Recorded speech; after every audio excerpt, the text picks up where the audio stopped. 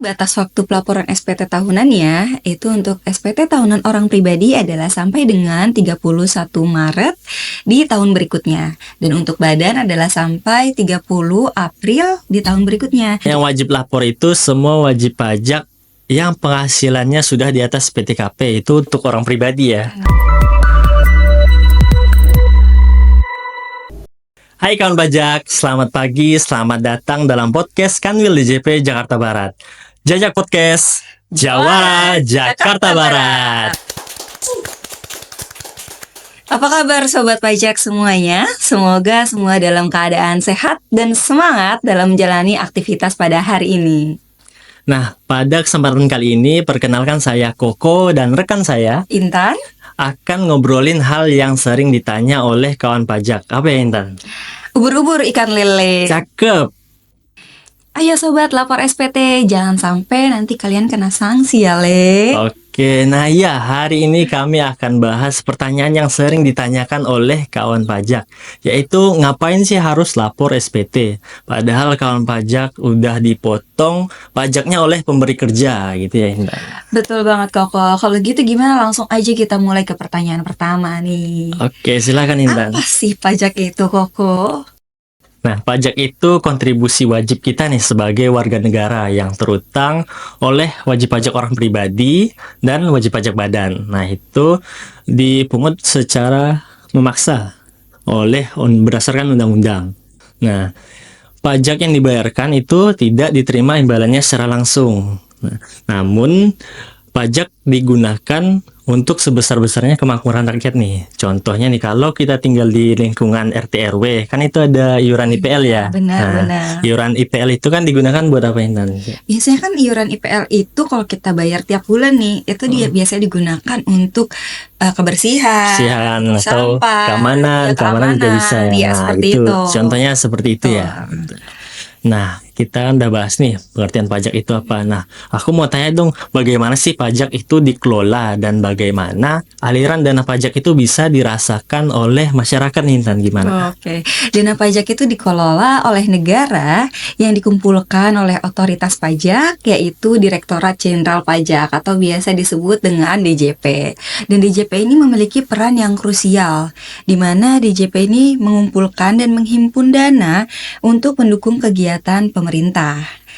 Pajak itu diterapkan kepada orang pribadi, badan, maupun barang-barang tertentu seperti barang mewah. Dan tentunya tidak semua warga negara Indonesia itu dipungut untuk pajaknya. Hanya mereka yang memiliki syarat-syarat tertentu yang berdasarkan undang-undang yang memiliki kewajiban untuk membayar pajak. Nah, pendapatan dari pajak ini diperoleh dan diadministrasikan melalui anggaran pendapatan dan belanja negara atau yang biasa disebut dengan APBN. APBN ya. Ya, betul. Kemudian dana tersebut disalurkan kepada masyarakat melalui pos-pos pengeluaran APBN. Melalui pos-pos pengeluaran yang ada di APBN yang terdiri dari belanja pemerintah pusat, yaitu seperti pendidikan, kesehatan, pertahanan, pembangunan infrastruktur. Itu dananya dari pajak semua ya? Iya, betul. Dan kemudian ada juga yaitu belanja pemerintah daerah yang nantinya ditransfer ke daerah dan diolah oleh pemerintah daerahnya masing-masing gitu ya. Untuk belanja pembangunan daerahnya begitu. Nah, apa sih pentingnya SPT dan mengapa harus dilaporkan nih Koko?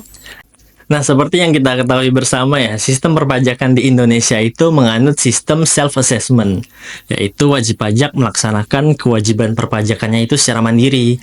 Nah, SPT ini digunakan oleh wajib pajak sebagai sarana untuk melaporkan pajak yang telah dihitung, dibayar, atau dipotong. Nah, SPT juga menjadi sarana untuk melaporkan objek pajak atau bukan objek pajak, serta harta dan kewajiban yang terutang lainnya berdasarkan ketentuan peraturan perundang-undangan. SPT juga menjadi sarana untuk kawan pajak yang karyawan nih untuk mengecek apakah pajak yang telah dipotong oleh pemberi kerja itu sudah sesuai atau belum gitu. Nah, kita kan udah bahas nih kenapa SPT itu penting untuk dilaporkan. Coba Intan jelasin apa sih jenis-jenis SPT itu ada apa aja gitu. Oke, untuk jenis SPT-nya sendiri itu ada dua jenis. Yang pertama adalah SPT tahunan dan yang kedua adalah SPT masa. Dan untuk SPT tahunan sendiri ini dibagi menjadi dua lagi, yaitu yang pertama adalah SPT tahunan untuk orang pribadi dan yang kedua adalah SPT tahunan untuk badan. Dan yang selanjutnya adalah SPT masa. Dan untuk SPT masa ini terbagi menjadi 3 jenis. Yang pertama adalah SPT masa unifikasi, yaitu gabungan dari SPT PPH pasal 15, 22, 23, 26 dan juga final 4 ayat 2. ya, final 4 ayat 2. Kemudian yang kedua ada SPT masa PPN dan yang terakhir ada SPT PPH 21. Pasal 21. Nah, siapa sih yang wajib melaporkan SPT ini? Nah, yang wajib lapor itu semua wajib pajak yang penghasilannya sudah di atas PTKP, itu untuk orang pribadi ya. Nah, untuk wajib pajak badan itu seluruhnya wajib lapor. Kita kan udah bahas nih pentingnya lapor SPT, terus jenis SPT dan siapa saja sih yang wajib lapor. Nah, apa yang terjadi kalau wajib pajak nih tidak melaporkan SPT-nya? Gimana, Intan? Nah, ini ada sanksi administrasi dan ini kita bagi menjadi dua lagi ya Koko ya. Yang pertama adalah SPT tahunan. Jika wajib pajak tidak melaporkan SPT tahunannya, maka dikenakan sanksi administrasi berupa denda sebesar Rp100.000 untuk orang pribadi dan sebesar Rp1.000.000 untuk badan. Dan untuk SPT masa dikenakan sanksi administrasi berupa denda sebesar Rp100.000 per masa pajak untuk semua jenis SPT masa kecuali SPT masa PPN. Dan khusus untuk SPT masa PPN-nya sendiri itu dikenakan denda sebesar Rp500.000 per masa pajak. Oke, Koko, dokumen yang diperlukan untuk mengisi SPT tahunan tuh apa aja ya? Nah, dokumen yang dibutuhkan itu adalah laporan keuangan untuk wajib pajak yang menyelenggarakan pembukuan dan rekapitulasi peredaran bruto untuk wajib pajak yang menyelenggarakan pencatatan. Nah, untuk wajib pajak orang pribadi karyawan itu diperlukan bukti potong dari pemberi kerja. Nah, khusus untuk SPT tahunan orang pribadi karyawan nih, tolong diperhatikan ya. Ketika mengisi bukti potong pada SPT tahunannya, jangan mengambil jumlah yang tertera pada angka 22A atau keterangan di bukti potongnya itu PPH pasal 21 dipotong. Tapi ambil jumlah yang tertera pada angka 21 atau keterangan di bukti potongnya itu PPH pasal 21 terutang. Nah, karena kalau wajib pajak tidak seperti itu ya, Iya. nah itu kemungkinan akan menyebabkan SPT-nya lebih bayar, betul. Nah, tolong diperhatikan ya kawan pajak. Nah, kita udah bahas tentang dokumennya nih. Coba Intan kasih tahu dong, kapan sih batas waktu pelaporan SPT tahunnya nih?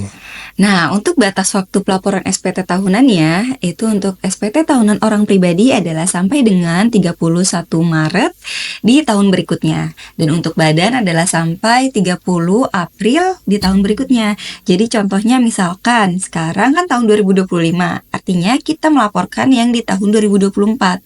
Perpajakan kita yang di tahun 2024 itu dilaporkan di tahun 2025 dengan batas waktu untuk orang pribadi adalah 31 Maret tahun 2025 dan untuk badan adalah 30 April tahun 2025.